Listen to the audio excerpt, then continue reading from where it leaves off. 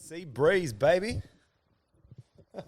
It's nice out here. It's nice out here, isn't it? It's fantastic out here. I thought, you know what? We could do it at the table, or we could do it down on the couch, get comfy, Nah, this set is it up. good. You happy? And I love the location, Seaford. Seaford. I've never been out here before. Right next to the sea, walk out. It's great. Just being this close to the water, though, it's just a different feeling. Mentally switch off. Oh, mate. So what is your jealous. story? What is your story with music? How did it all Well, come about? I grew up inland, like 3.5 hours inland. Like going to the beach or going to the coast for me was like a holiday. It happened maybe once a year. Getting McDonald's maybe happened once a year. You know what I mean? Like I grew up in a small country town. Yeah. Whereabouts? Up northern Victoria. It's a little town called Kerrang. It's near Swan Hill. People might know that more than Kerrang. No, Swan Hill. Yeah, it's near Swan Hill. So, you know, a lot of growing up playing Aussie rules and basketball, a lot of sport, stuff like that.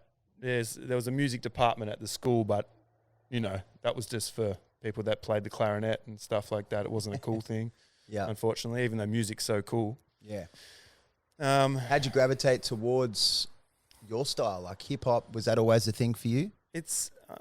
I don't know. I can't pinpoint the actual time. I think because it was, you know, the only place that ever sold any music in Kerrang, and this was obviously way before streaming and all that type of stuff, was like the local newsagent, and you could maybe get. I don't even know if they had hip hop there. I think my first like introduction to any type of like rapping, would be maybe the Beastie Boys, or even on like a Hit Machine, Vanilla Ice or something, and. You know what I mean? Like my taste in hip hop didn't grow until I discovered it when I moved to the city. Eminem, of course, like was big time. at that time, Yeah. the early thousands. I just remember always wanting to get creative in that way as soon as I started hearing that stuff. So got a little laptop, which I think, you know, we didn't have heaps of cash or whatever, but my mum got me a laptop somehow, some payment plan. There it is. I got some like random, I think not Fruity Loops, but like an equivalent of that, and I started producing. And How old were you then? 15, 16. Fantastic. Like it was weird. It was I don't know. I can only just imagine me, and my like mind at the time was like, I want to be a rapper, and I'm going to sit on the school bus and write raps like Eminem or some shit. But yeah, that's exactly what it was like, and I loved it. And I was the only person. I had one other kid at school that was kind of interested in hip hop or music, and he was a gamer, so I would go to his house. He wanted to play games. I want to make music. Like my family was very supportive, and they didn't really understand it. My dad's a tradesman, has a business, and my mum worked. It's a real blokey bloke. Yeah, you know what I mean? But still open-minded enough to go, okay, you know what I mean? Without even knowing that. Some parents can fight against a musician 100%. You know? Like he You didn't need to really go to uni, you need to do realize. that. Yeah, I was even like making music in my bedroom and all that stuff. So it was a kind of a shock, but he's still going, all right, well, you have to, at least if you're going to do it. I was going to move to Melbourne, I'm going to work in a cafe which my father's sister owned, my auntie. That was my plan. My cousin was actually also, here's the reason, he was living in Melbourne. He went to boarding school here, and he had this like halfway house, our parents used to call it. And he was a DJ too. So there was a few things in. Yeah. All right. And that would have spiked a little bit of interest as well. Well, it's funny actually, because like I rolled into Melbourne. I was supposed to go straight to my aunt's house and, you know, unpack and set up my stuff or whatever, but I didn't. I went straight to his place. Yes. And he lived with like 3 other boys from Scotch College. Yeah. And Party time. And that was just such a culture shock for me, you know, for going from, you know, small house parties to my cousin having a set of DJ decks and people coming over, and I never left. Yeah. I slept on the floor at that apartment for the next year. Was it that adrenaline of like, wow, the party's here, all of a sudden it's more of a, people are looking at you a little bit more? No. I was definitely just a shadow to my 6'8" cousin. He was a sportsman, and he also was a promoter at 7 nightclub back in the day. 7 Thursday nights. High Thursdays. All those, yeah. So 7. that was my first like introduction into like clubbing. Okay. Rocking around with my 6'8" cousin as like his little shadow, and I was just like, what is going on here? So my cousin was working at the club, obviously, and he was DJing, and finally he was getting some gigs upstairs at 7, and then, you know, old Matty Charles MC was on. Yeah, so I did my first gig with him at the club. This would have been within. Had you rehearsed that before? Yeah. So I'd been I obviously have a pretty big catalogue of lyrics and stuff, but I'd never done bit of house music, because obviously that was what the big thing was when I like house music is and still is a huge thing here in Australia. What early, EDM? Early 2000s. Yeah, like that. Yep. John I think 2000. I was 2005. Okay. Yeah, was the time. But you know, Ministry of Sound and Summer Days and all that type of vibe, and that's what all my mates were into. That's what all the clubs played. Yeah. I was a rapper, and I sort of started doing that. And interesting enough, we'll skip to it. We'll get to it probably a bit later. But yeah, I found some influences here in Melbourne, and I saw some guys doing it. I'm like, oh, I can do that. So yeah, we hooked up a gig at 7. So you found a bit of a niche? I guess it was definitely a niche compared to a lot of. It was very different to whatever other Aussie hip hop act was doing, and because I was so much more influenced by overseas acts, American or UK, I didn't really delve into the Aussie hip hop scene too much, and I didn't know a lot about it or how it worked. You know, I just was doing my thing, and I was working at the cafe that, as I said, I was going to after I'd finished, quit uni or whatever. And the manager of a band called Dirty Laundry used to come in there frequently and have coffees, Dean Seany. And we got chatting, and I was probably 19 at the time, and we were talking for a while, and their lead MC, Seany B, had blown up with a big song called Flaunt It. Yeah. Right? And he had left, I don't know exactly what went down in that, but he had left, or they had gone on a tour without him, and they needed someone to be that front man. Yep. And, you know, Dean saw me in a cafe, young dude, ambitious, you know, and he put me on. Yep. So I went from doing like random gigs at clubs to having a packed schedule with Dirty Laundry. That was within 12 months to 2 years of me moving to Melbourne. Wow. And I freaked. Yeah. Like, I thought I'd made it. Like, you know what I mean? Dad. Yeah, my sister first. I remember the phone call. I was in Brighton. I just made a phone call to my sister, who's just like, like all the time. And I'm like, I just got into this band, Dirty Laundry. They tour. I'm going to get paid. Like, was there a moment there you're like, this is it? It's 100%. I've taken that step, because I had like this blind ambition, which you need to have as a young musician to do anything, to believe in yourself. And I did. I really believed that, you know, I was meant to do something awesome. And this was the first step. So, what were your strengths back then? I think the blind ambition. Just like thinking, taking on head first. Absolutely, like really having that, and that's me being a product of a family environment that was very supportive, and siblings around me that really believed that I was going to do great things, and was so proud of me every time I did. That was just so important. Support. It was just so important, and I really appreciate it more and more as I get older, and I you know, find people in similar situations that didn't have that, you know, which I'm just like, wow, like the fact that you could overcome all this stuff, you know. And push through that. You know what I'm saying? Like, I've heard a little bit about your story, and that's why I'm a big admirer of yours in that regard. Yeah. Yeah. But you're a byproduct of the environment that you're in, and I feel there's, you know, things that you're just used to, and a lot of people are like, oh, you know, you've done well getting through this time of your life, especially the earlier years with some of the stuff. And it's what, you know, you kind of get through it, and you, like you said before, because you're so young, you're like, oh, this just must be the way things are, and you just push through. Yeah. I think now we think a little bit differently. We overthink.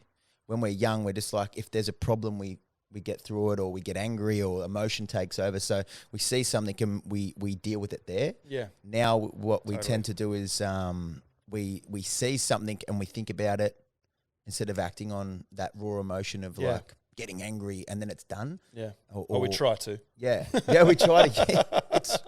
It's a constant practice, man. It's a constant practice. But oh, man. No, I'm happy you said that, man.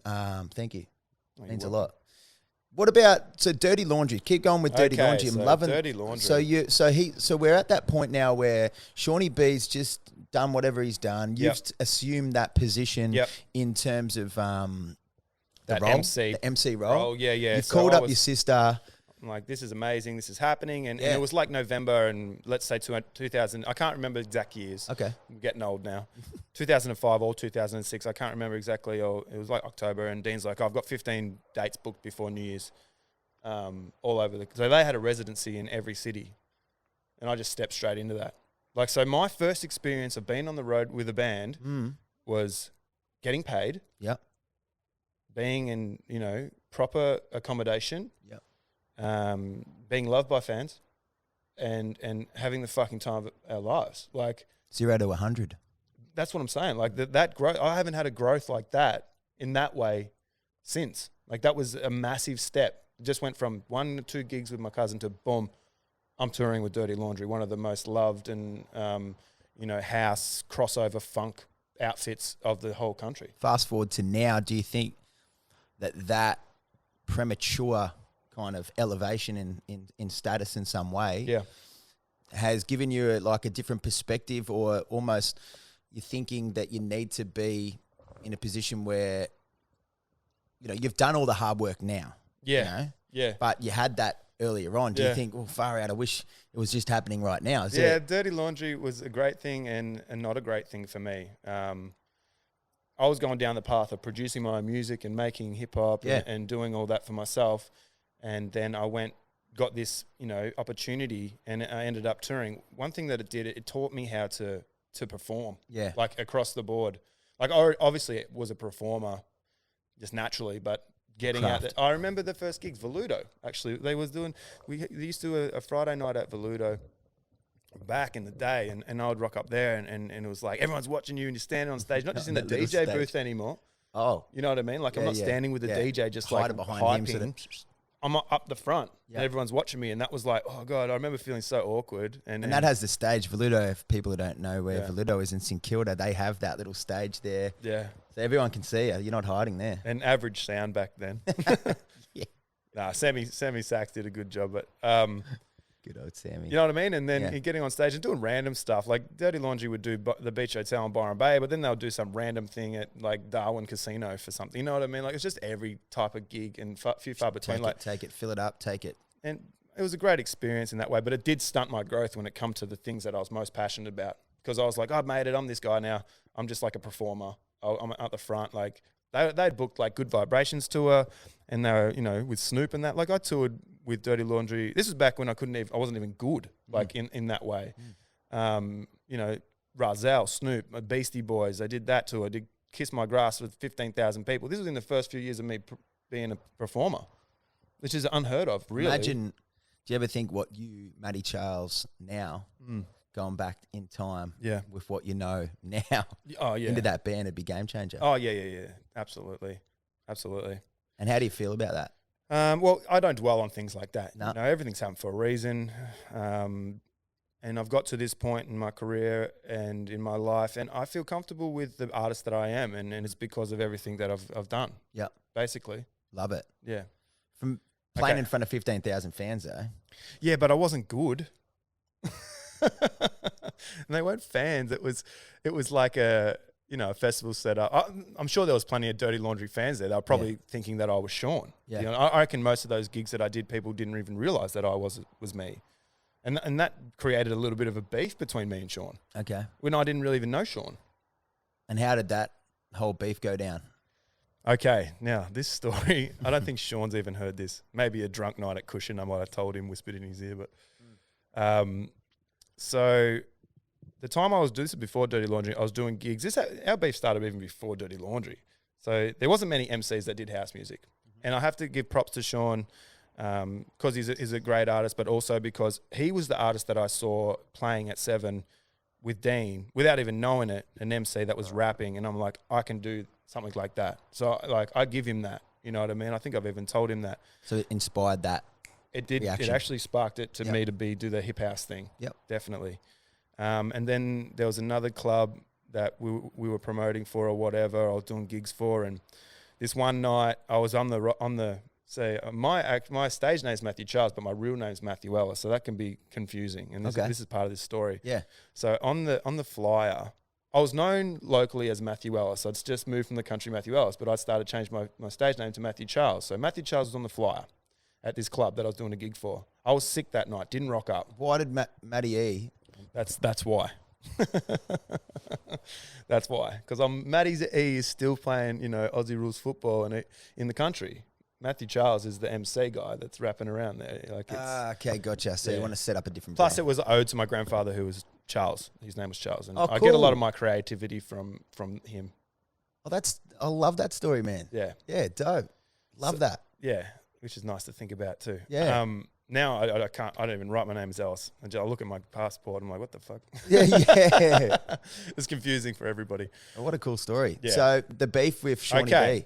Okay, so I'm doing this gig, but I was sick, so I didn't rock up. And then this other cat, which I won't name, got up there on the mic and was like an MC quotation, whatever that is. Yeah. Gotcha. And he started doing all Sean's raps because he knew Sean, he loved Sean. And we sort of looked the same. We all looked the same back then. Shaved heads, you know what I mean? Wearing fluoro, not good. Yeah. Headbands and shit. Like Scratch and sniffs. Stevie days, like come on. Stevie scratch and sniff. So yeah, he started doing all Sean's rap, and someone in the crowd obviously knew Sean. And they go, "Oh, who's playing? Oh, Matthew Charles. Yeah, that's Matthew Charles. Matthew Charles doing Seany B's raps at this gig." So it got back to Sean. I wasn't even at the gig. I was sick. And this kid had just like jumped up on stage with the mic and started doing like dirty laundry raps. So that was already like, but nobody knew me as Matthew Charles. So Matthew Charles was just this elusive character, and then Sean met me, which was Matthew Ellis, and it got real complicated. And then eventually, when I got the job in Dirty Laundry, coincidentally, Sean worked it out. I was the same person, so he already had a beef with me. Okay, so when he met you, he thought you were Matty Ellis, and then it's like the two identities. Yeah, it was crazy. It was crazy. And then on top of that, so the way that Sean summed it up for me was that me being in Dirty Laundry and whatever went down between, the band members prior to me entering wasn't obviously not favorable for anybody for whatever reason. But he said, I like you, but it's kind of like you're fucking my ex-girlfriend. Wow. That's how he summed it up. And I'm like, I get that. Yeah. But I did not do those raps. Yeah. I'm sorry. Just to put that in. I respect you, Sean, but I didn't even know about Seany B when I first moved to Melbourne. Like, Dirty Laundry, when did that all finish? Okay, so I think I spent like 3 or 4 years touring with them and having a good time, maybe too much of a good time. Yeah. Yeah, and my ego probably grew way too much. Young fella, like touring around and doing the things that young fellas do, partying and all the rest of it. And I got to a point where I was like, this isn't exactly the music that I wanted to be making. Okay. And so I left the band and tried to do my own thing for a while. How did that relationship finish with Dirty Laundry? It was amicable, but I don't think it was the most favourable business decision for Dean and Jeremy, who were sort of running the band. Yeah. I sort of left him in the lurch a little bit in that way, even though... You look back and you regret that a little bit? No, I don't regret it. No. I don't regret it. I was at a point where I had to make a decision for myself. And they had Leone Lee and Pete Harrington still fronting the band. Like, I didn't leave them with nothing. Yeah. And they continued on for a while. And I wanted to do my own thing, basically.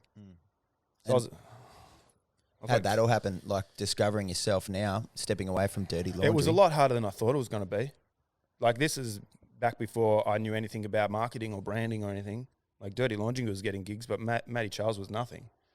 Like, I had some personal relationships in place but I was no way touring. I went from like a pretty heavy touring schedule interstate to struggling to get gigs, like pretty quickly. Reality sinks in pretty quick. Locally I was being looked after. I was doing, all the boutiques and the eves and I had relationships like that. But I thought I was going to be, still in Perth, still booking to go Southeast Asia, still doing all that type of stuff. Just to blow up. Yeah, which didn't happen. And at the time, I partied myself into the ground as well. So mentally, how were you handling all that? Was it towards alcohol? Were you taking it out on that, or? Well, I've never had a super addictive personality, and I've never been one that could handle a lot of substance abuse or anything. So I'm quite lucky in that way. Like, I never smashed it to the, I had my moments. You don't get stuck in that rabbit hole. Yeah, but I definitely had my first experience with like severe anxiety, and I didn't know what it was. Talk us through that. Well, I was literally walking down Chapel Street, and I don't know for anybody out there, a lot of people have had panic attacks big time. before. Every week. I thought I was gonna die. Yeah. Yeah. I thought I was gonna pass out on the spot, and I ran into industry or something. I'm like, call the ambulance! Like I'm gonna die. I'm gonna pass out. I'm about to pass out, but it's just a panic attack or whatever. Did you get like the short breaths? Oh yeah, the whole world started spinning, and I had a few more. I'm like, I came to. I'm like, all right, I'm all right. And this was obviously after a massive weekend. Of course. You know, working out Love Machine at whatever time on Monday morning. Doesn't help. Yeah, totally. And so that happened a few times. Still, I ended up back at Bendigo on my mother's couch. You know what I mean? Like, what am I doing here? I need to go and get some help. And I'd partied myself silly, and also spent all my money, and I'm just doing stupid shit, like, you know, traveling to Perth for no good reason, just to whatever, or like, and the income wasn't coming in anymore, and so I got myself into a lot of debt. Yep. And yeah, I was. How'd you get yourself out of that? Because mentally, I could imagine that is challenge accepted. I was pretty low point at that point. Yeah. So I worked out what was going on with me. I was having panic attacks. That was the first hurdle, and I knew what I had to do in that regard. I had to consolidate some debt and just sort of work through that, and I actually went back to working at the cafe. Yeah, okay. To working at the cafe. Yeah, okay. Yeah, I'm still doing gigs on the side or whatever. How did you get the anxiety? Like, how'd you get on top of the anxiety? Was that something that you just like got up every day, started meditating? Doing the things I was doing. Like, so are you saying that having big nights and that was a massive? I was scared of it. Okay. I didn't like feeling that way, so I literally I was pretty quick in that way. I'm like, well, this isn't serving me. Great. You know, and I really cut back, even to this day. Like, I cut back on that stuff. I know what it does to me, and that's enough to scare me and enough to not do it. Basically, that's my coping mechanism. Of course, and then, you know, exercising and just trying to be eating well and getting healthier. sleep. Exactly. Like, I'm lucky. Like, I got my partner's really self-aware when it comes to nutrition, and she teaches me a lot in that regard. And I've got good people around me now. But back then, I had no idea. Yeah. Yeah. So you're going over to Perth, you know, enjoying life a little bit too much. Then you went back. Good memories, but not good. Yeah, not good for the wiring of the brain. Yeah, that's right. So, how were you as a barista? I could imagine you'd whip up an absolutely killer coffee. Mate, I am an incredible barista. And you know why? I wasn't obsessed with it like every other dude in town. Yeah. Like, you know what I mean? The thing I love about hospitality and it was, look, early mornings and late nights don't mix. No, they don't, no. So that's one thing that's hard as a musician. If you're doing hospo, you also, unless you're doing bar work, but I couldn't do it, because I was gigging or whatever. And so Mondays were tough. Mondays were definitely tough. And, you know, I probably rocked up to a few shifts and not feeling my best, but I had the ability to make an insane coffee. And I was very, very quick and fast, but it wasn't my love. In my head, I'm writing songs. Do you think you're a perfectionist? Are now you chill on yourself, or do you go a bit hard on yourself? Now with my work, yes. Yes, definitely. Okay. Because I just know what I'm capable of. Okay. And I don't really settle for anything else. That's good. Sometimes it can be detrimental to you. It can be detrimental to the people that I'm working with. Yeah. Because it's like, bang, I need to get there. I need to do this. This is, you know, my time's now. Strike while the iron's hot. I'm chilling a little bit more these days and just accepting of how things roll out and trying my best to become a lot more patient with the way things go. Yeah. And enjoying the process. You know, it's such a cop-out. Enjoy the process. Enjoy the cliche, process. But it's not. It's true. Like, if you're sitting in your studio and you start writing a song and all you're thinking about is the end, you're going to sit there and feel anxious the whole time you're writing. And you probably won't get there. No, that's the thing. And I think, like, that's one thing that I'm not good at, I haven't been good at over the years, is being patient enough to take the time and get to where I need to go professionally. And it's actually stunted my growth a lot.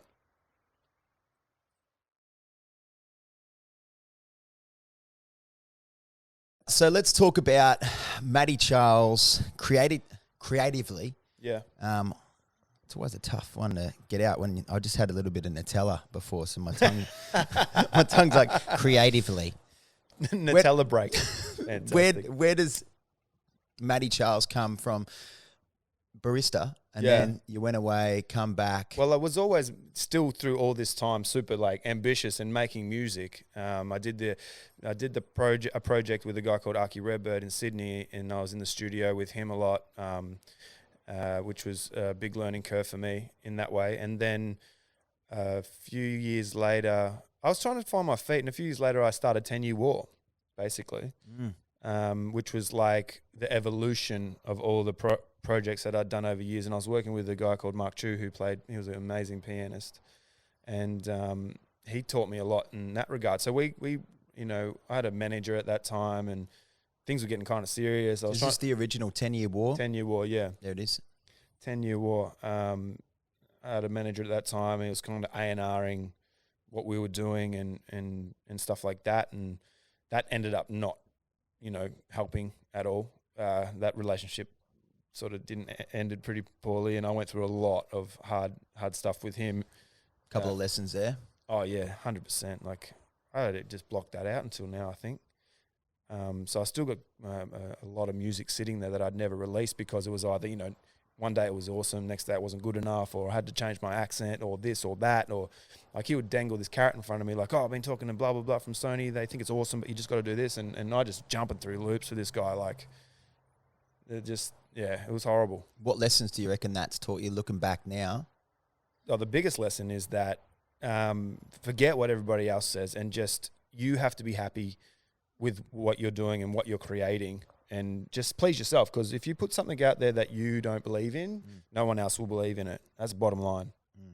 I never really questioned my artistic integrity until I worked with him, because he was asking me to change my accent, and I did it, and I'm like, it just didn't feel like you. Yeah, my music is me. You know what I mean? Like we are one. Yeah. And if that's not, if you're not liking that, well, I feel like shit. You know what I'm saying? And that goes across the board, and that's probably why my relationship with music has been up and down over the years. Sometimes it's the best friend I've ever got. Sometimes it makes me feel so insignificant. Like self-doubt, man. It's a crippler. That's a constant battle too, even now. And you're not the only one. We all have those days where I go back to this. I was speaking to Pete this week, and we talked about my newfound interest, which is riding my little road bike, my little fixie. Oh yeah. And nice. Yeah, I've gone from just doing 10K, 20K, then I did 100K. Holy moly. Then I did 200Ks in the week. Just a little goal. But there was days I look back and I think I'm sore. I don't know if I can do it. So you have that doubt that you can push through 50Ks on a bike. Yeah. And then I think about my football, and I'm like, I don't know if I can go to training today. I'm too tired, But you've got 20 other people there to 40 other people to get you up. Yeah, yeah. When you're in our game, music can be a very lonely place. Sometimes. Just like riding that bike. So, when you're in a team sport, sometimes it's you can lean on your teammates there. But for us, in some respects, it can be a very lonely place. So 100%. Isolated and self-doubt, and is my music good enough? Is this what I should be doing? Other it'll people cripple you. Me, even if, like I have great support, like my partner, Christina. We also do a project together, and she's a musician, she's a rapper. She is just, always has been my biggest fan, and is always, we live together obviously, and she's always there to pump me up. But even with her, like, amazing spirit and words, the self-doubt can definitely just crumble you. Yeah. And that comes back to just having a clear mind and doing things in your life that make you feel good. Everybody has their own bits, whatever it is. Yeah, and otherwise it can be super hard. But that's with anything, You talked about your coffee, man. Like, his coffee's still a big part. Hey? We caught up for coffee that day, and you said that you got this real vintage. Oh, yeah. I'm still rocking the Atomic cappuccino maker. Yeah. Yeah, it's the best. Do you find that that's a nice little way of just taking 5, it's making yourself a coffee? I got to jump out of bed in the morning just to make a coffee. And it's the simple things, especially during this whole situation. Like, I'm not going to talk about it, but it's those little things have made every day a little bit easier. And coffee just seems to make everything good for about an hour. Yeah, then you need another one. Nah, look, man, I'm not crying about my lifestyle. Like I'm so blessed, but personal struggles can come regardless of where you are in your life. Does that self-belief, and to be a musician or a creative in the fields that we are that are already so tough, it can be something that can really affect your whatever. Even your ability to leave the house. Like there was times there for 6 months where before I started taking medication, I was I couldn't even leave the house because I just feel like the world was just, my anxiety was a little bit different in some respects, where I was very light sensitive, Right. but then I'd hypersensitive, I'd feel, and I'd overthink about my breathing, and then it was just really weird. Yeah. Out of body experiences. Totally. Well, I sort of feel like that now when I go outside, but it's because I haven't been outside. Yeah. As much as I'd like to. Yeah. Even being around people now is weird. Completely disconnected. Like energies and all that type of thing. It's going to take a lot of adjusting. Like when things do finally start to relax and we get back to a normal lifestyle. Like I've been in my office or in my studio for the past 2 months and not talking. Like social interactions have changed. Yeah, like, big time. Huge. You can't go up and just shake someone's hand now and be like, what up? Yeah, you can, but you can't. But in the back of your mind, eventually, when we can, it's going to be weird. Anyway, let's not delve into that right now. But let's go back. Let's rewind and talk about how you then progressed from doing, hip hop as, writing, trying to get yourself with 10 Year War and all that, to then delving into the event scene and becoming, someone that is, in that regard, probably the most booked hip hop event. Well, yeah, there's not many rappers that are doing what I'm doing. And many. No. That is my niche, and actually is part of what saved me and my relationship with music. As I was speaking about before, the 10 Year War project, even though it was so amazing musically, and it still is, and the music that we were creating, I thought was fantastic. You know what I mean? Yeah. The bad stuff that I went through, or the uncomfortable things that I went through with managements and all that type of stuff. All that emotion. Yeah, like I come to the end of it, and even just with PR and, all these people that think they know everything in that world, but I'm a true believer that nobody really knows what the fuck what's going on. Nah. Like in people that I actually worked with over the years, like Ryan Ritchie's and a couple of guys like that were always like, you got to build your own shop, you got to do this, and in my head I'm like, nah, got to sign a major label, want to tour. That's otherwise my music's going to be wasted. But that was your vision and how you thought that things needed to be. Yeah, but then those words, the older I get and the more experience I get, they just ring so clear. But yeah, the event scene was it was welcomed, and Nick Rutherford, a guy from Rutherford Entertainment, booked me my first event. I don't even know how he found me, for Channel 7 at the AFL Grand Final. And then it's a fun one to do. Sparked up a relationship. And the one thing that I find in the music industry is go where the energy is, definitely. Like you make your own decisions out of each situation, but if there's someone out there that believes in you and what you're doing, like that's a good thing, because it doesn't come around a lot. Nah. Like it really doesn't. Like, and Nick had a lot of faith in me in that way, and he supported me by getting me more work, and it just sort of kept rolling out, and we worked on the brand, and Matty Charles was all of a sudden, the guy in the black fedora that would rock up and rap at your event, which was really kind of cool and very unique. So that was my niche market, and kind of still is. And every year it just got bigger and bigger and bigger. And that allowed me to do my creative stuff on the side. Do you feel like your personality between 10 Year War and Matty Charles, you find an alter egos, do they ever hit heads or clash? Constantly. Yeah? Constantly. And I've got 2 Instagrams, which can be annoying. So I've got the 10 Year War Instagram, which is more like the hip-hop, harder hip-hop stuff, and not just harder hip-hop stuff, but like the more club-based and experimental, I guess, and then which I do my KK project on. And then I've got the Matthew Charles stuff, which is basically just events. You know what I mean? Because I had clients come and goes, oh, can we see your page? And I'm like, yeah.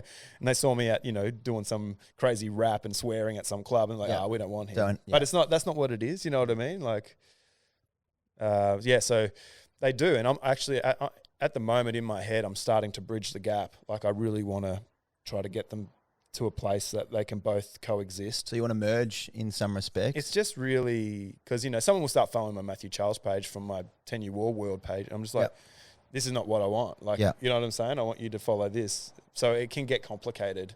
But at the time, it was just necessary. Yeah. 100%. Yeah, I totally agree. Because there's a lot of things that you do creatively that make money, but then there's some things that doesn't make money. Yeah. You know? So you've got one brand, right? Yeah. Yeah. Which I'd really admire. I think you do it quite well. And I want to sit in that pocket with both the brands. So that's going to be a challenge. Well, Seany, for me, was a brand that I set up last year. And I just wanted to have it all. It was a similar sort of thing. I wanted to have it all in one place, and everyone's like, "Oh, you shouldn't do podcasts and then do music." People get confused, and it's just like, listen, that's me. That's who I am. Yeah, I like to talk to people. I like to talk to friends. Podcast. If you know when my music, I think that's all a brand aligned. That's my advice. So. Yeah, I agree. I think it's definitely something I'm going to stick with, and something I'm proud of. Oh, it's great, man. I love it. I love your whole vibe. Like that new press pack that you put out is fantastic, and it just sort of captures you perfectly. So, Kick, well done. Those photos. Kick did a good job there. Shout out to Kick. I feel exactly the same as you with the event style. There was a part of me earlier days that would fight against, you know, the two brands. Yeah. Whether it be Seany doing the corporate and event life, or Seany trying to be creative and write his own music. And, you know, you start doubting yourself in those areas as well. Yeah. You know, what my brand is, how people see me. And I think the more that you can just be comfortable in your own skin. That's it, man. Just believe what you're doing and do it the best you can wherever you, and people, you know what, I'm a firm believer is that, like, if you perform a song and it's your own or it's somebody else's, in that sort of space or live, unless it's like, this is my album, blah, blah, blah, blah. I'm talking about at a bar. Yeah. People don't necessarily remember what you sung, but they remember how you made them feel when they leave. And that's what we're selling, you know what I mean? Yeah. We're making people happy in that way, or whatever style your music is making people feel melancholy or whatever. That's it. They remember that. And that's why I have such a good relationship with so many venues and event people and that, because I always give it my everything, regardless of what the event is. Like, I give my 100%, and that's coming back to being perfectionist. Like, I just can't half-ass stuff. And it comes through in your performance. Every time I've seen you, naturally the whole crowd just gravitates. Thanks, mate. They gravitate towards you. I'm competing with Christina these days, you know, but that's all right. And I wouldn't want that competition. I wouldn't want anyone to take my flame other than her, you know. Yeah, it's exciting to stand next to somebody that can do that. Yeah. And I've been in a lot of bands over the years, and I've not saying that I outperform anyone, but I'm naturally good as a performer and speaking to the crowd. And you know what I mean? Totally understand. Yeah. And then you see, you know, she's coming through and doing great things. Yeah, absolutely. But is there elements, especially when you've been in that self-doubt mode, is there elements of her mental wellness in some respects that you're like, all right, cool, I've been there. Yeah. I've got you. It's all good. You know, you're feeling this. Christina's had her own battles over the years, and I think she's learned a lot of coping mechanisms from that. Like, she would be an interesting person to speak to in regards to all that. And I wish I was better at it. You know, I really do. Like, she leads by example in our relationship, especially when it comes to emotional support. Yeah. And you told me she snaps you out of it pretty quick too. Absolutely. Yeah, absolutely. And she doesn't put up with anything. That's like, good. She's such a strong woman. Yeah. And somebody that I can't not have in my life. You look up to her as well. Absolutely. Like, we both have our strengths. Like, when it comes to focusing on business and getting creative and pushing that's me, like, to a fault almost. Great. And she's obviously part of that process. Yeah. But when it comes to personal relationship and spending time on ourselves and that, she's the one that's sort of flying that flag. Where do you see Matty Charles, where do you see this happening in the next 2 or 3 years, progressing forward? Where do you see yourself positioned in the market that we're in now? Obviously, it's ISO times are a bit crazy. Yeah. Well, I think that this has really given a lot of people time to think. And look, I'm not saying that just because we've been in lockdown that people have to come up with these amazing schemes to completely pivot. Yeah, no, I'm not about that. Everyone has their own journey and feels it, and it's a big thing to deal with emotionally. Yeah. I think one of my strengths though is to be able to find a positive in every negative situation, and so I've been working pretty hard. It's just like my body won't let me not do it, like in my mind creatively. And I've started a small business with Christina in around music and stuff, which we're super excited about. And I see that something that I'll continue to do, over the next post ISO. Yeah, you know what I mean, which is super cool. It's like a hip hop inspired like thing. Like it's called We Gift Rap. Yeah. If people want to check it out, they can chuck a link in the description too to check out. And on top of that, I'm finally at a place mentally that I accept who I am as an artist, and I feel very confident in that. And so all that music that I've had sitting there for way too long, and the doubts, ups and downs, is gone. And I'm just excited just to release some of it, just for my own sake. Yeah, really. That's number one thing, Matty. Yeah, number one. And that is it. That's. We talked about it before. It took so long to get there. It took so long to get to where I'm at, and I wish I had the as we said, the mindset I have now and the ambition I had back in the day for that particular thing. But you get older, and I'm not saying that I'm out of the game, or I don't want to put out an album, or I don't want to tour internationally with my music. But my goals have definitely changed. Yeah. I'm still super ambitious, but they've taken a bit of from personal experience. And you need to have that, because there's going to be a point in time where you still got to make money. Yeah. And we still got we're there, man. I'm 33. I got mortgage, I got loans and all this stuff. You got to cover all these bills. But I still get to do what I love every day. Wow. When you're young, you don't have that though. I've made that. That's done. That's crazy. All that hard work. If you were to sit at the cafe where you worked at, and you got to walk into that cafe, order a coffee off, a 23, 24-year-old Matty, what are some of the conversations and advice that you would tell? I'm having it right now. It was funny because we're talking about the events and how, sometimes can be a toss-up between what you want to do and creative stuff. But I've got young MCs coming to me now. Great. Going like, what do I do? The one bit of advice that I'm giving to people now is just go for it. Make as much as you can, much music as you can, and as much content as you can, and get it out there as quickly as possible. Okay. Power in numbers. I'm gone are the days of sitting on a track for 2 years and waiting for it to be mastered and all this bullshit, because content is just continuously flying through the air and just like people are consuming it like it's nothing. Yeah. You got to be part of that race. Otherwise, you're not going to be even a dot. You know what I mean? Don't sit on your hands too long. And that's advice that I give myself. And I'm putting that type of energy into this new business at the moment. But if I was like going, oh, Matt, what are you going to do? I'd be like, dude, write and produce a song every week and shoot a clip with your talented friends and release it. And because I know for a fact, like you start getting stuff out there, people are going to find you. Yeah. If it's good, they'll hear it. If it looks good, they'll see it. Like that's the bottom line. And you can always go back and refine things as well. Oh, that worked well. I'm going to put that into that concept. Well, that's what I'm saying. People, and as much as we all think that we know stuff, the people out there are the ones that are going to tell you what's cool, what's good, and what not cool, but what they like. Yeah. And at the end of the day, they choose. Yeah. Like they choose what's going to work. The fans, and the lessons that you get are generally from when you didn't do something that you might not be happy with, or you might be happy with, or might not. That's how you learn in a lot of respects, by falling over, picking yourself up, 100%. Falling over. Imagine that. Imagine like releasing like 10 songs and getting feedback from everybody. Like that's just like the ultimate tool to make you better. 100%. Like I'm feeling like we've Gary V here or some shit.